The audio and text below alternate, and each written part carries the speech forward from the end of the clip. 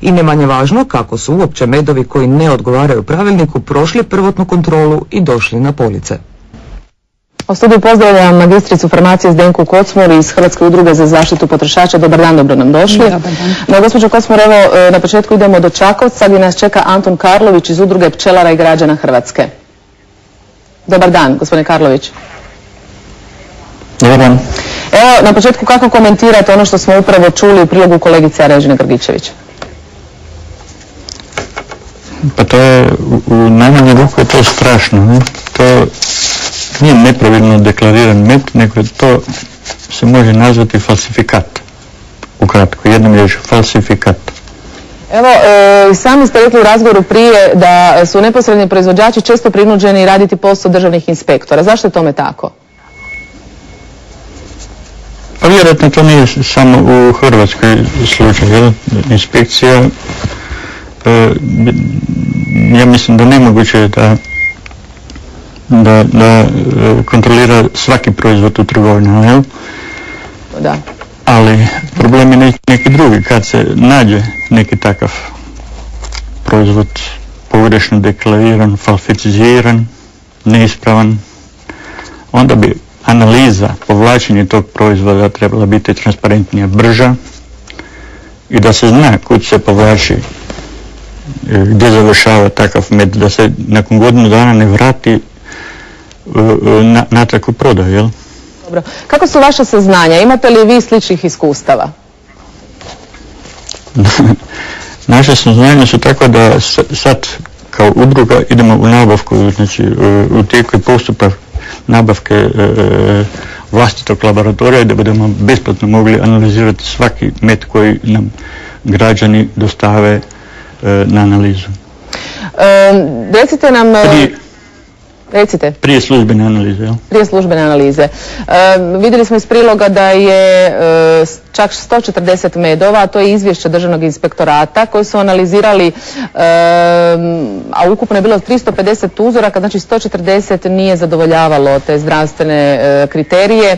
I pitanje koje je kolegica postavila u svom prilogu je i ne manje važno kako je uopće med koji ne odgovara pravilniku prošao prvotnu kontrolu i došao na police. Pretpostavljam da kada vi radite, prolazite razne stupnjeve kontrole vaših proizvoda. Jasno. Mislim da problem nije u pčelarima, neposrednim proizvođačima, nego je problem da se javljaju koje kakve uvoze, recimo kineske rute, balkanske rute se javljaju. Evo, firma koju ste spomenuli malo prije i vlasnik niti ne spori da je uvažao med iz Kine i pakirao ga u 15 i 22 grama, a nije deklarirano na propisan način. Opravdanje, njegovo opravdanje na stranicama gospodine Rogulje je bilo da nisu znali zakonski način deklariranja tog meda. Med koji se uvozi ne prolazi analize koje prolazi domaće vrste meda. Prolazi samo zdravstvenu ispravnost. I to je jedan od glavnih problema uopće, zbog čega se ovo događa.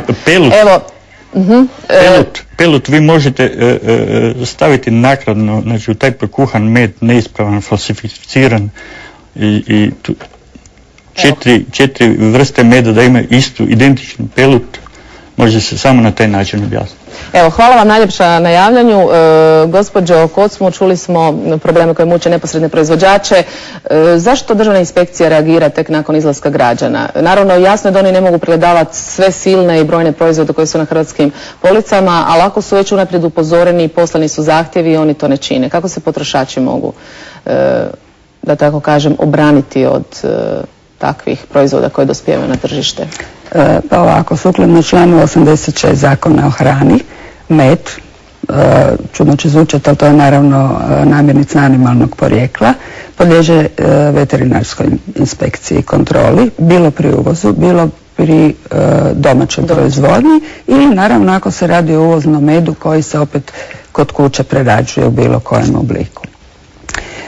Ministarstvo poljoprivrede, ribarstva i ruralnog razvoja propisanim rješenjem nakon takve veterinarske inspekcije dodjeljuje onaj famozni 884 takozvani veterinarski broj koji se obavezno mora naći na deklaraciji i to je garancija da je proizvod prošao kontrolu, da je on sigurno ispravan u smislu zdravstvene ispravnosti. I na što bi onda potrošači trebali pripaziti pri kupnji? Prema tome, ovdje se konkretno radi o medu ili mednim proizvodima, ima ih više. Kao i svi prehrambeni proizvodi mora postojati određena pripadajuća deklaracija.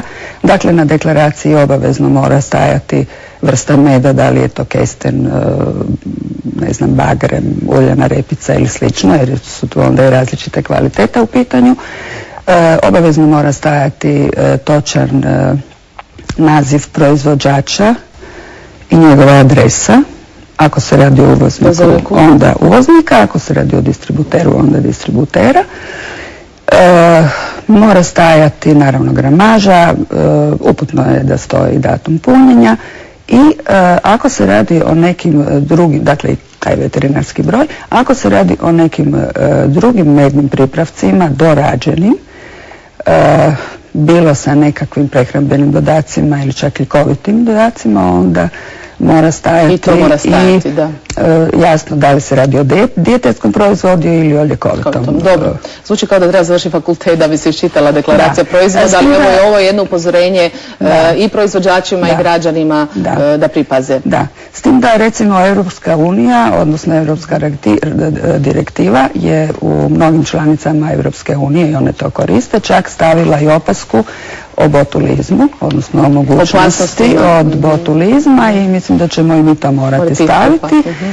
Pa evo, kako može proizvođač zapravo, jer smo čuli da se radi i o patvorinama, činjenica je da proizvođači vrlo često nasjedaju i misle da je med koji je tekući ispravan, nije.